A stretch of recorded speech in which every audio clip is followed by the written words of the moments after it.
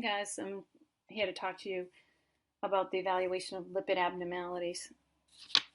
We're going to be doing a lot of case studies. This is a lot of information, and part of my goal is to have this up for you guys so you can record, listen at your own leisure, and have this prior to studying for the exam. Evaluation and management of lipid abnormalities. This is a lot of pathophysiology that you've already had, but it's real important to understand why we draw certain blood work. So chylomicrons, these are ingested triglycerides and cholesterol that get transported from the intestines to the liver and or adipose tissue via the lymphatic system, period. So fat, triglycerides, and cholesterol, these are absorbed in the epithelial cells of the intestine, and from there they're formed into chylomicrons, and from there they're excreted into the lymph. The chylomicrons enter the bloodstream at the liver, the hepatic duct, and then they transport triglycerides to liver and or adipose tissue. In the adipose tissue, the chylomicrons have triglycerides absorbed as glycerols and fatty acids for storage. And in the liver, the chylomicrons are absorbed and triglycerides are packaged as very low density lipoproteins for transport to body tissues. The very low density lipoproteins pretty much are 56% triglycerides and 10 to 15% cholesterol. The very low density lipoprotein delivers triglycerides to the body tissues. Once the triglyceride content is reduced to 30%, they are called intermediate density lipoproteins. Once the triglyceride content is reduced to 15%, they are called low density lipoproteins, and they lose two peripheral proteins, ApoC and ApoE, which allow it to bind for reuptake by the liver. Because LDL does not have these two peripheral proteins, these receptors, it has a longer half-life in the blood and is able to deposit into areas that it should not be in, like blood vessels, especially at higher concentrations. Therefore, one of the biggest lab tests we look at for now is ApoC and ApoE, which is done by the Boston Heart. And if you work in a cardiologist's office, take a look at these. These are very, very important. And why I went over all this is talking a little bit about the pathophysiology and why it's important. The LDL delivers cholesterol to the tissues, and the HDL collects cholesterol from tissues and peripheral cells to transport to the liver for excretion in the bile. When HDL is low, cholesterol accumulates in the endothelium.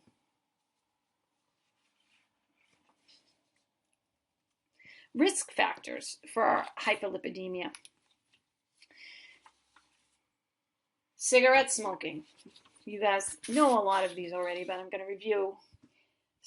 Cigarette smoking increases clotting factors in the blood, increases triglyceride, decreases HDL levels, and damages the lining of the blood vessels.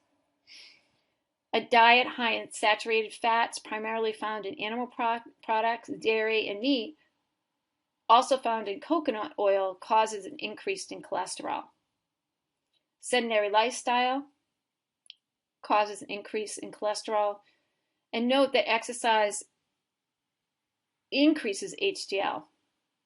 There's also genetics play a very important factor, a risk factor. There are rare mutations that can result in faulty apoproteins, and those are the ones that we draw, because if those are significantly abnormal, then we might want to try, we most likely will test the patients for a genetic mutation. So again, genetics are rare mutations that can result in faulty apoproteins. receptor or enzyme causing a particular pattern of dyslipidemia. Excess alcohol raises triglyceride levels by increasing liver synthesis of the triglycerides, also a major source of excess calories that get turned into fat.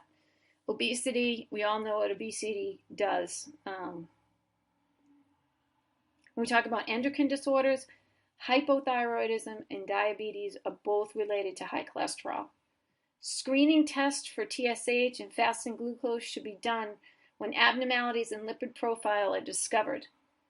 Patients should be euthyroid, meaning normal TSH, before initiating medications for dyslipidemia. Renal disorder, i.e. nephrotic syndrome, kidneys excrete protein in urine, and increased levels of LDL are found in blood. However, this mechanism is unknown. Immune disorders, some immune disorders cause an increased inflammatory response, and this leads to excess lipid mediators. Stress causes increase in cortisol, leading to increased blood glucose levels.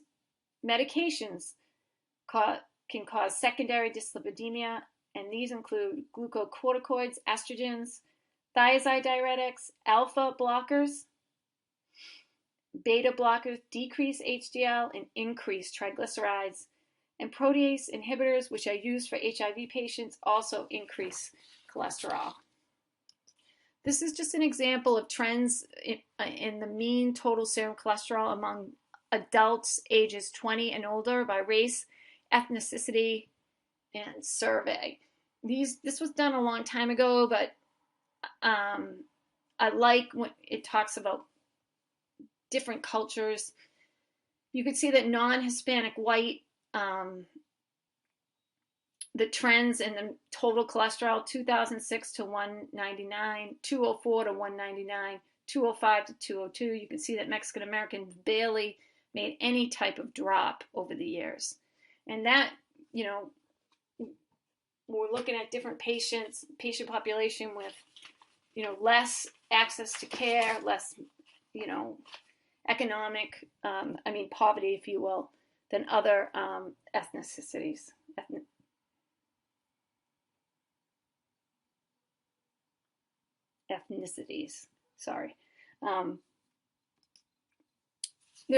American College of Cardiology, American Heart Association came out with 2013 guidelines, and basically it's a sweeping shift of how we think about the treatment of dyslipidemia. The goal is to reduce cardiovascular risks using interventions, and these are all evidence-based, and I'm going to go over at the table with you of how they come up with guidelines. These are all evidence-based practice. You will be getting a degree focusing on that, and really looking at guidelines to see what the evidence is. Is this strong evidence or weak evidence or just expert opinion? And we're going to go over a lot of that. So American College of Cardiology, American Heart Association decided who benefits from a statin. If a patient, and these are the four main ones: a history of coronary heart disease or stroke.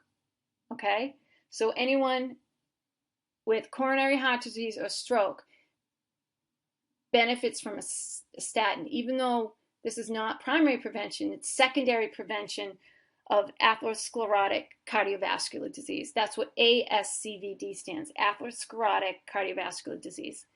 Patients with an LDL of greater than 190, patients with diabetes with no evidence of atherosclerotic cardiovascular disease, and are the age between 40 and 75 years old. Also, patients with an LDL between 70 and 189, plus an estimated 10-year risk of atherosclerotic cardiovascular disease. Now, how do we determine whether someone has a risk, a 10-year risk? This is a calculator that predicts the risk of someone developing a major event, and anything greater than 7.5 is considered significant. This is the link to the tool. You can actually download an app.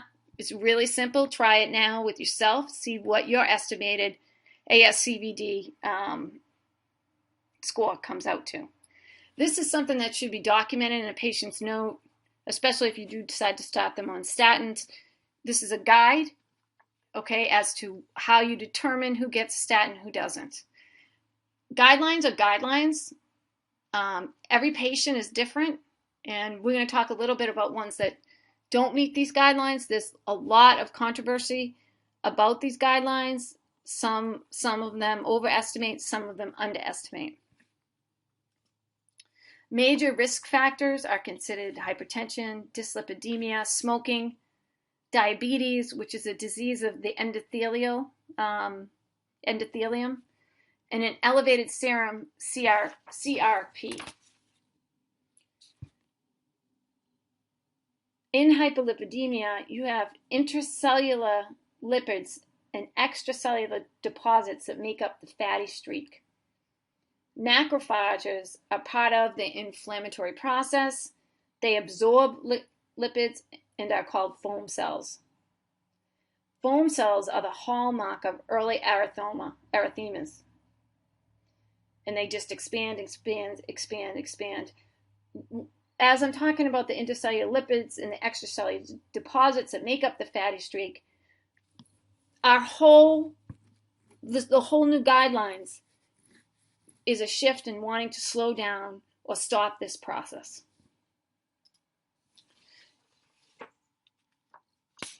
So here's an example of how these new guidelines underestimate the risk. So you have a patient who's a 40-year-old white male, non-smoker, non-diabetic, has a systolic blood pressure of 120. His father died of an anterior MI at 45 years old. This patient's total cholesterol is 310 and his LDL is 180. According to the guidelines, and we're going to talk more about that, his calculated 10-year risk is 2.4%. And he would not qualify, according to this, to actually warrant a statin. We're going to go into other things that you can take a look at. Here's another case study. Oh, no, it's the same one. Is it? No.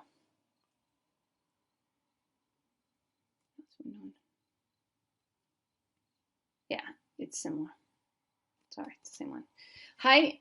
I kind of just want to go back and talk a little bit about this. We used to have, instead of that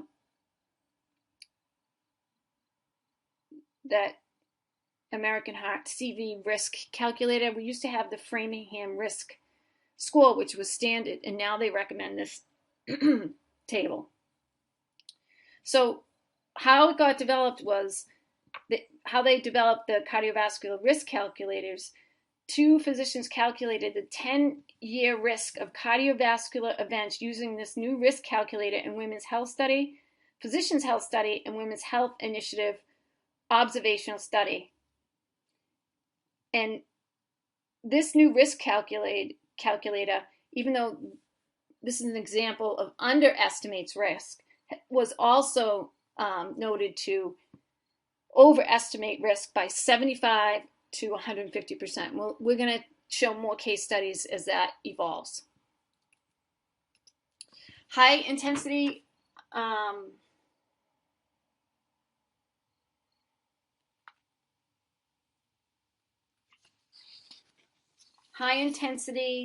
statin therapy. So this is anyone, and we're going to talk a little bit about who qualifies for high intensity statin therapy, but these are specific doses. And the goal of high intensity statin therapy is daily dose lowering of LDL on average of about approximately greater than 50%. So greater than 50%. So if the patient's LDL is 180, we want to bring that down to half of 180. That is the goal.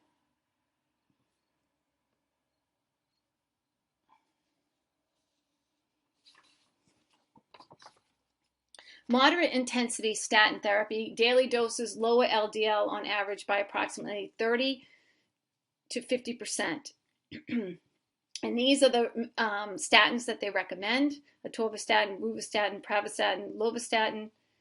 And these are all the ones that you can dose based on whether your patient needs moderate intensity statins. And we're going to go over the type of patient that needs moderate. Low intensity statins, for all intents and purposes, are really patients that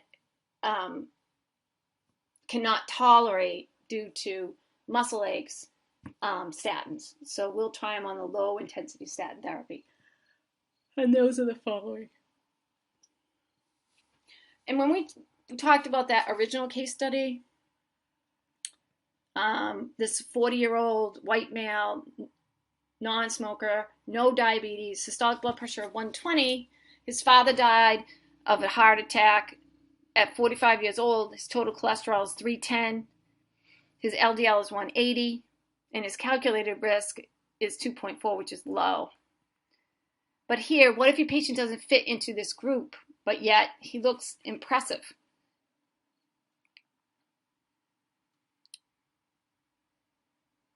So here, an LDL greater than 160 or genetic hyperlipidemia. So he definitely has a high, his LDL was 180. So he meets that. His score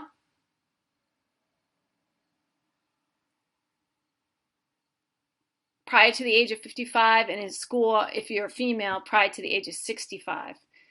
His CRP, which is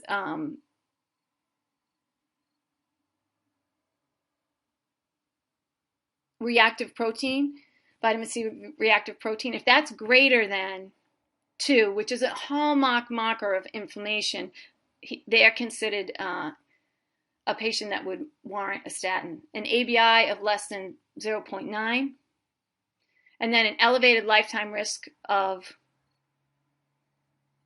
ASCVD, which is that, again, the tool that calculates the 10-year risk of cardiovascular disease. Elevated calcium score, which it correlates with increased risk of coronary artery disease.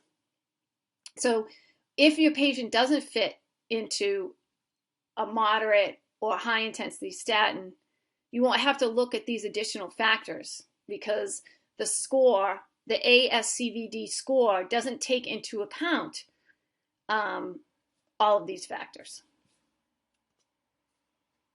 So these new guidelines, they abandoned the LDL targets. They used randomized controlled clinical trials which demonstrated benefit using specific statin doses. So the high intensity doses are given to you. And the goal is to not achieve LDL targets. The recommendation is to continue to measure. We're looking at LDL levels, but don't target specific numbers. And there's some controversy with that. Some providers feel that this is not going to be incentive for patients because they really like to see the number, a specific number, but they still went forward with these guidelines. So what drug classes are given to people that have high cholesterol with high HDLs and low HDLs and high total cholesterol? Statins are the first choice. Statins are the only class to demonstrate, based on the evidence, a decrease in mortality in primary and secondary prevention. There is no data that even supports non-statins. I'm going to go over a lot of the non-statins today, but no, once you have a patient that presents with hyperlipidemia, you have to look at, do they meet the criteria for a statin? So a high-risk group profit from 50% or more reduction in LDL with statin. Secondary prevention in adults less than 75 years old. Primary prevention in adults with an LDL of 190. Primary prevention in adults who are between the age of 40 and 75 years old with an LDL of 70 to 189 plus an estimated calculated score of atherosclerotic coronary cardiovascular disease is greater than 7.5. So this is the high-risk group. Statins for high-risk group: atorvastatin, rovastatin, and these are the dosages. Note that rovastatin does not have a generic.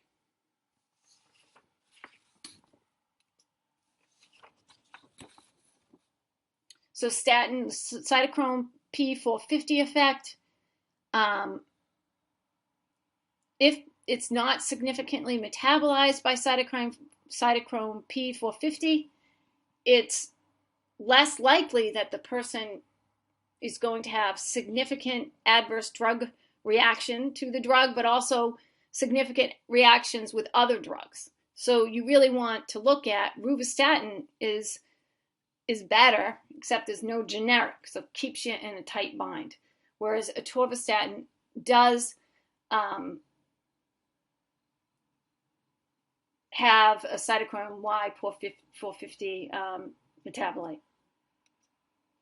Moderate risk group: secondary prevention in adults over the age of 75 years.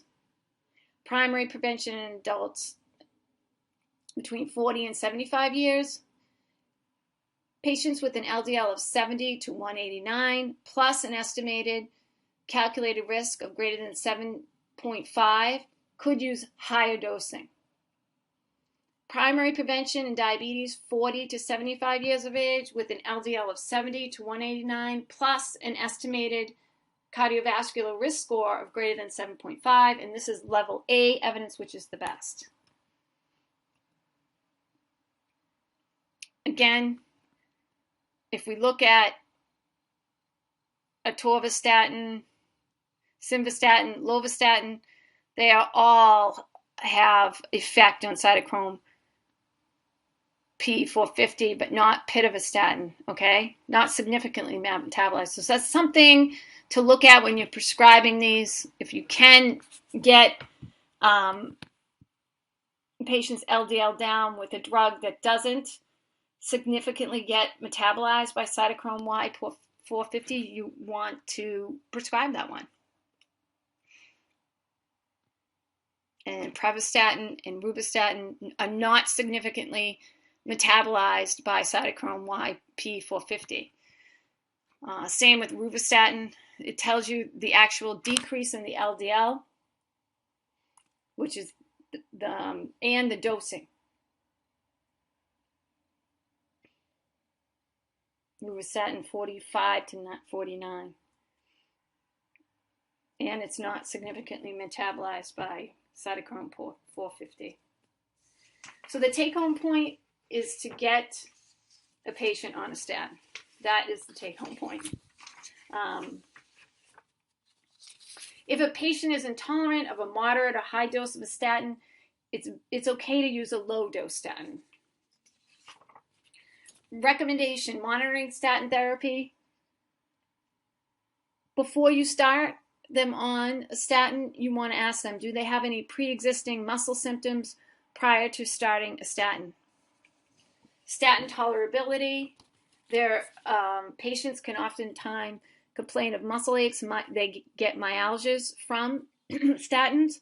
Sometimes these myalgias can convert into rhabdomyolysis. Note that myalgias can occur without the elevations in CBK, so note that if you come back and your CBK is not elevated. Rhabdo is very uncommon. Less than 0.1% of patients who are on statins will develop rhabdo. Frequency of myalgias is 2 to 11%. And statin tolerability or intolerability can begin weeks to months after starting statins. Least problematic are the pravastatin, florvastatin, and rovastatin. So pravastatin is Pravachol, Florvastatin is Lysol, and Rosuvastatin is Crestor. So there's a possible etiology. When we talk about coenzyme 10 deficiency, has been proposed to be like a casual 3-hydroxy coenzyme A reductase inhibitor, which can induce myopathies. However, the clinical benefit of supplementation is unproven. So you want to think that everyone needs coenzyme Q10, but not necessarily, okay? Basically, decreased cholesterol content in muscle cell membrane, cofactor in several metabolic pathways.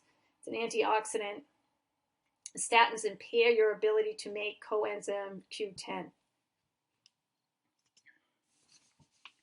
If patient has myalgia or muscle pain, consider Rosuvastatin or atorvastatin Monday, Wednesday, and Friday, or Tuesday or Thursday. You want to check lipids on Monday, Wednesday, Friday if statin is taken 3 times weekly. Don't forget to check vitamin D levels because this can cause muscle pain. You want to check liver function test. That want to make sure they don't have a transaminase at all. ALT you want to draw at baseline. Repeat only if symptoms of hepatotoxicity. So in 2012, they removed the routine monitoring of liver enzymes from statin drug labels. If you are going to start someone on a statin, you need to get a baseline liver function test. I would get it again at 3 months. And if you're upping the dose, you want to get it while you're upping the dose, before and after you up it. The FDA conducted 5 previous post-market reviews between 2000 and 2009, and finding the statin-associated serious liver injury was extremely low, and they concluded that statin-associated severe liver injury is an extremely rare event and appears to be largely idiosyncratic. So the FDA recommendations are perform liver enzyme tests before the initiation of statin therapy. And you want to stop a statin if the liver function test is 3 times the upper limit of normal. And the take home here for you guys is get it at baseline and whenever it's clinically indicated thereafter. Okay, so monitoring statin therapy, you want to recheck lipid panel 4 to 12 weeks after statin initiated, then every 3 to 12 months. If this is, highlight this, if the LDL is less than 40 on 2 consecutive measures, you want to reduce statin dose. Monitoring statin therapy, you want to monitor for new onset diabetes. In February 2012, the FDA issued new labeling changes for the entire statin drug class. Almost all carry a warning reports of increased blood sugar and hemoglobin A1C with the use of statins. There was a study done in West Scotland Coronary Prevention Study, that's the mnemonic WOSCOPS, which 30% decrease in the incidence of diabetes in patients taking pravastatin. So here's another study kind of disproving what I just mentioned. Type 2 diabetes, statins are associated with increased risk of new onset diabetes, but no increased risk of new onset diabetes in patients with low risk of diabetes. Remembering that these patients that you have, they're not healthy, a lot of them. They're overweight, they have hypertension, so they have this large cohort they're studying. A lot of them have diabetes, but they were at risk for diabetes anyway.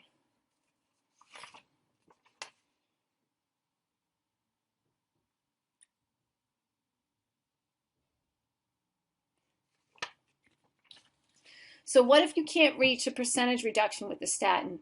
Non-statins, they're questionable. The efficacy is questionable. Don't routinely use non-statins. And so now I'm going to talk a little bit about the non-statins. Ezetimibe. These are cholesterol absorption inhibitors. They can be combined with the statin. They're not your first choice. An enhanced trial show reductions in LDL and increases in HDL. But the enhanced trial looked at simvastatin plus ezetimibe versus simvastatin. No change in primary outcomes. So, and they looked at specifically the intima of the carotid thickness. That's what their measure was. Hypertriglycerides, when triglycerides are greater than 500.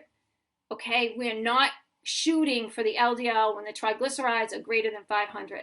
Goal is to prevent pancreatitis by lowering triglycerides. Once triglycerides are less than 500, then we can put them on a statin and look at decreasing their LDL by use of a statin.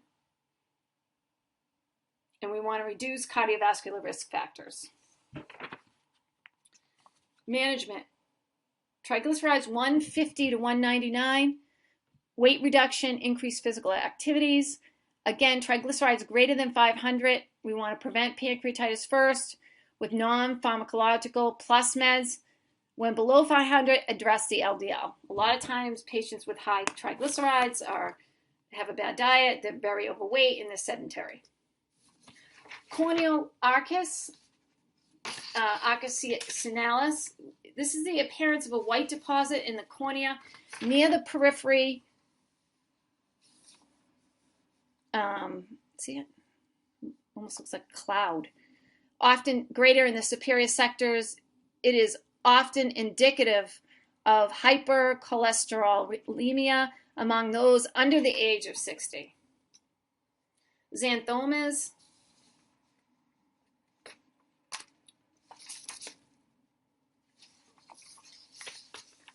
Is a deposit of yellowish cholesterol-rich material in tendons or other body parts in various disease states. They are cutaneous manifestations of lipoidosis, in which there is an accumulation of lipids and large form cells within the skin. And I told you a little bit about form cells. So here they are. Screening. Complete lipoprotein profile preferred. Fasting total cholesterol, LDL, HDL, and triglycerides. Secondary option is non-fasting, total cholesterol and HDL, indirect LDL.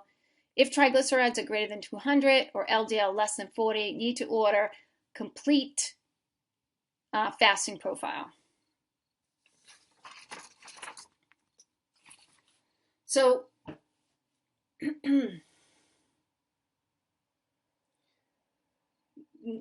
these are somewhat of the same guidelines that we've had over the years.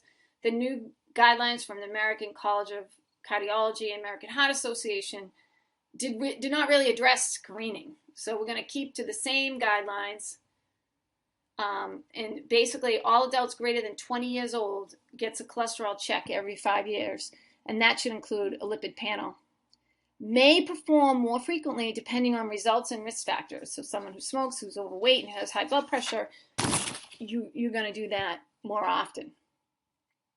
United States Preventative Task Force recommends routine screening to begin at the age of 35 for men and age 45 for women. Routine screening for younger adults with risk factors for cardiovascular heart disease. Men between the age of 20 and 35 years old, and women between 20 and 45 years. Screening should include total cholesterol, HDL fraction.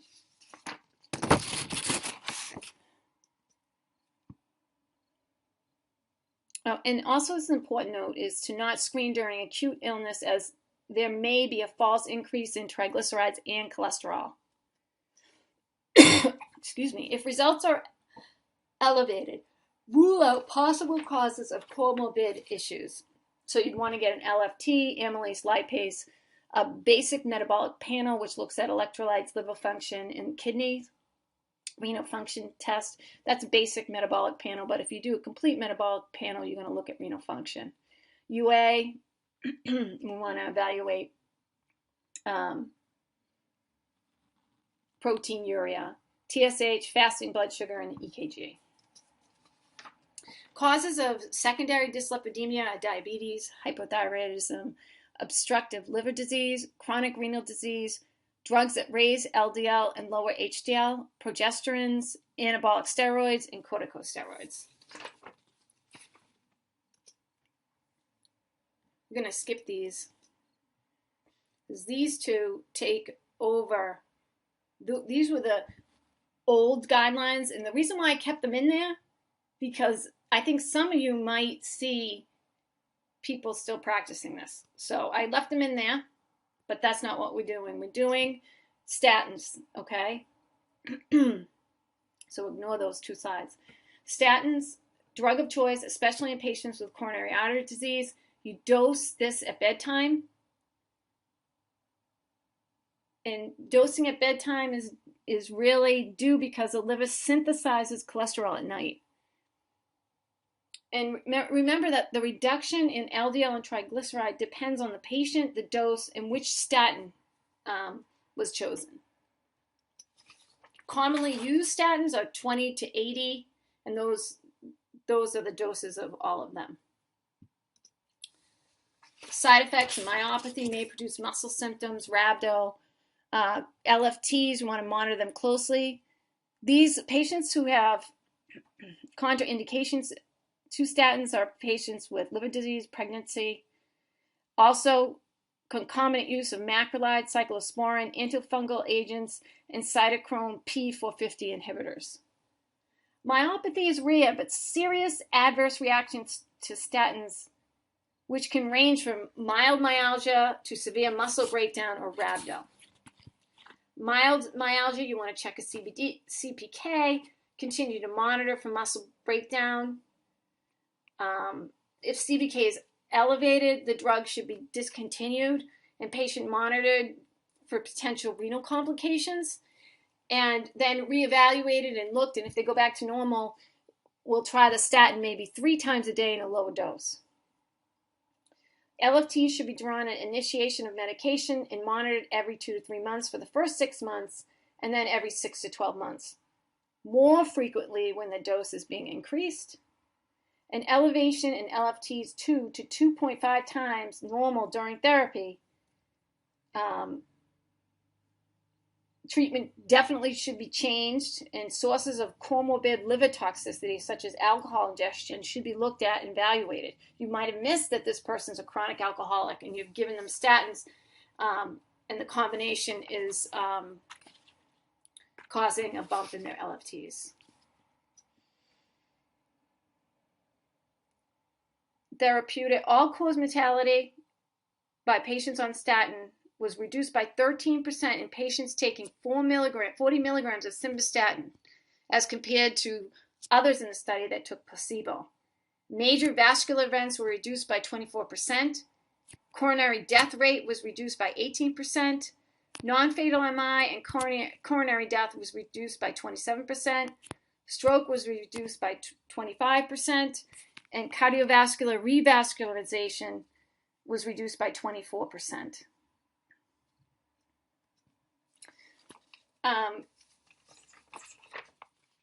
This slide talks a little bit about, I really want you to just take a look at this, dis-beta lipoproteinemia. Dis-beta lipoproteinemia, also called remnant removal disease. This is a rare lipid disorder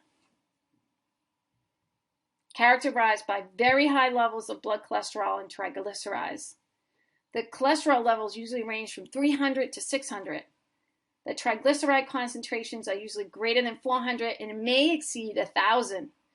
This disorder presents because of a decreased ability to convert very low density lipoproteins and intermediate density lipoproteins to low density lipoproteins.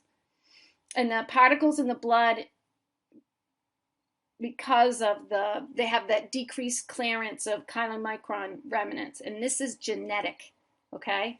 So these are some of what they recommend, but if someone has this, you are going to send them to a cardiologist or a lipid specialist. Bile acid sequestrants, cholesterol, and those are the dosage. The mechanism of action for this is binds bile acids in the GI tract and prevents them from entering circulation. Safe for use with lipid-lowering agents, safe during pregnancy, will interfere with the absorption of other drugs, need to space dosing time. Also, patients, if they don't like the GI effects, so you need to talk to patients if they're going to go on this about the GI effects. So the major action of the bile acid sequestrants, it reduces the LDL by 5 to 15. It raises the HDL 3 to 5%. It may lower triglycerides. It's contraindicated when triglycerides are greater than 400. The side effects are GI symptoms, constipation, diarrhea, increased flatulence.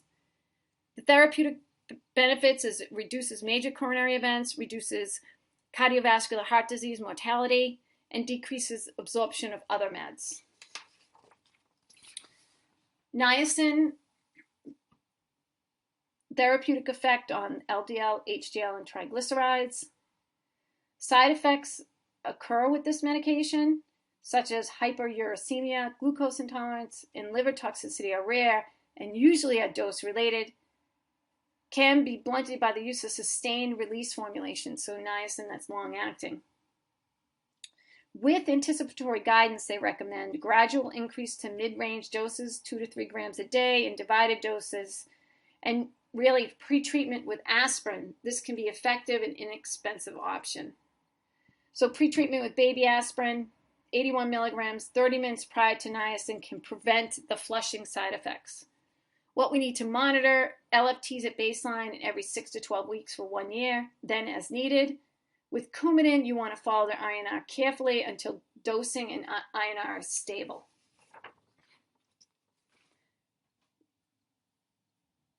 Niacin, you have a reduction of LDL between 5 and 25%. It lowers the triglycerides from 20 to 50%. It raises HDL 15 to 35%. And the side effects of flushing, hyperglycemia, hyperuricemia, GI distress, and hepatotoxicity. Contraindications are liver disease, severe gout, active peptic ulcer disease, arterial bleeding, pregnancy. Precautions with concomitant anticoagulations or dilators may interfere with Coumadin or nitrates. Precautions with diabetics, patients with high alcohol consumption, patients with a history of liver disease, gout, chronic kidney disease, or unstable angina.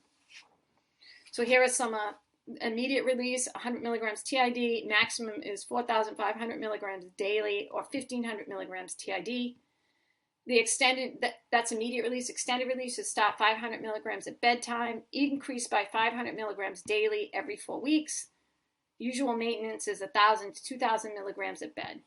The maximum is 2,000 for the extended release. Fibric acids greatly impact on the HDL, generally well tolerated. Major actions is it lowers LDL 5 to 20% with normal triglycerides, may increase LDL with triglycerides that are elevated. Lower triglycerides 20 to 50%, this is what we use for patients with high triglyceride levels greater than 500. Raise HDL 10 to 20%. So the side effects are dyspepsia, gallstones, myopathy. They're contraindicated with severe renal disease, severe hepatic disease. Fibric acids, commonly used drugs and doses are Gimfibrazole, 600 milligrams PO BID, fenofibrate, 200 milligrams PO QD, and chlorofibrate, 1,000 milligrams BID. So Zetia inhibits intestinal absorption of cholesterol, decreases level of cholesterol and LDL, take once daily with food, typically prescribed along with statin, same with Vytorin.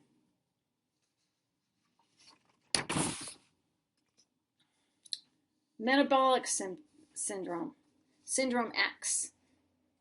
Basically, it's the ability of the insulin to stimulate glucose disposal varies at least 6-fold in apparently healthy individuals and approximately 1/3 of the population that is most resistant to this action of insulin is at greater risk to develop a number of adverse clinical outcomes. So patients with insulin resistance and multiple metabolic syndrome or dysmetabolic syndrome, what happens is that insulin gets resistant and are unable to secrete enough insulin to compensate for the defect in insulin action. And this was the first clinical syndrome identified as being related to insulin resistance. Cluster of risk factors for cardiovascular disease are high cholesterol, hypertension, impaired glucose tolerance, central obesity, affects over 40% of persons greater than 60 years of age. So 3 or more of the following risk factors, patients can be under the diagnosis of metabolic syndrome. They have a fasting blood sugar of greater than 100, an abnormal 2-hour glucose tolerance test from 140 to 199, an HDL less than 40, and women less than 35, triglycerides greater than 150, and abdominal obesity, men greater than 40 inches and women greater than 35 inches, blood pressure 135 or 85, and on those patients who are on therapy for hypertension. So the risk factors: overweight, obesity, physical inactivity, high carbohydrate diet, smoking, alcohol intake, age, race, and history of diabetes. So metabolic syndrome is linked to all of these. I'm going to talk a little bit about prothrombotic state. So plasminogen or activator inhibitor correlates significantly with insulin resistance. So elevated levels of prothrombotic state, which is plasminogen activator inhibited, really impairs fibrinolysis, which impairs endothelial function and increases the tendency towards acute arterial thrombosis. Insulin resistance also affects other coagulation factors, including platelet aggregation, platelet adhesion, levels of factor 7 and factor 8, tissue plasminogen activator, and fibrinogen. What happens with metabolic syndrome? You get a pro-inflammatory state, and inflammation plays a major role in atherogenesis. CRP is a marker of inflammation that has been found to be independent cardiovascular disease risk factor, an independent marker of insulin resistance. It has been found that CRP levels and tumor necrosis factor alpha are increased in patients with metabolic syndrome. Microalbuminemia in metabolic syndrome has been found secondary to the effects of insulin on renal hemodynamics. They found that acute increased levels of insulin causes renal vasodilation, resulting in increased plasma flow, increased glomerular hydrostatic pressure gradient, increased glomerular filtration rate. The localized elevated pressure in the glomerular vessels is involved in increased microalbumin secretion. And microalbuminemia is a strong predictor of cardiovascular morbidity and mortality.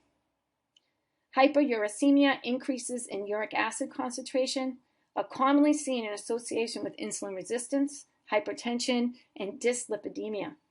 Studies have found that uric acid concentration is increased in individuals with high insulin levels, higher insulin response to glucose challenges, higher triglyceride levels, lower HDL cholesterol levels, and higher blood pressure. Researchers have speculated that insulin resistance is correlated with decreased urinary clearance of uric acid. Lots of patho there.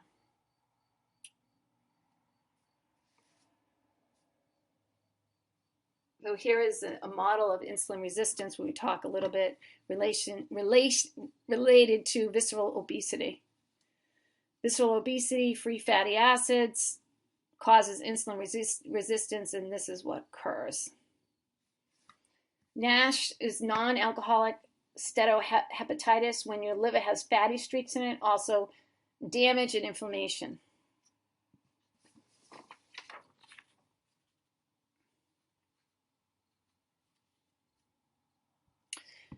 These are some of the diagnostic metabolic syndrome. The book has Euglycemic insulin clamp technique, which I've never seen done.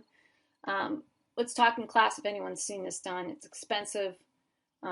It's a way to measure BMI and waist to hip ratio, glucose tolerance test, fasting blood glucose, fasting lipid profile, and urinalysis. So the metabolic syndrome, we want to reduce underlying causes, weight loss, exercise, treat associated lipid and non-lipid risk factors, which are hypertension, prothrombotic state, and atherogenic dyslipidemia.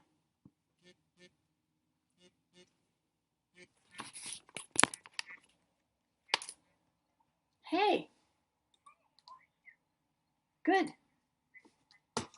Yeah.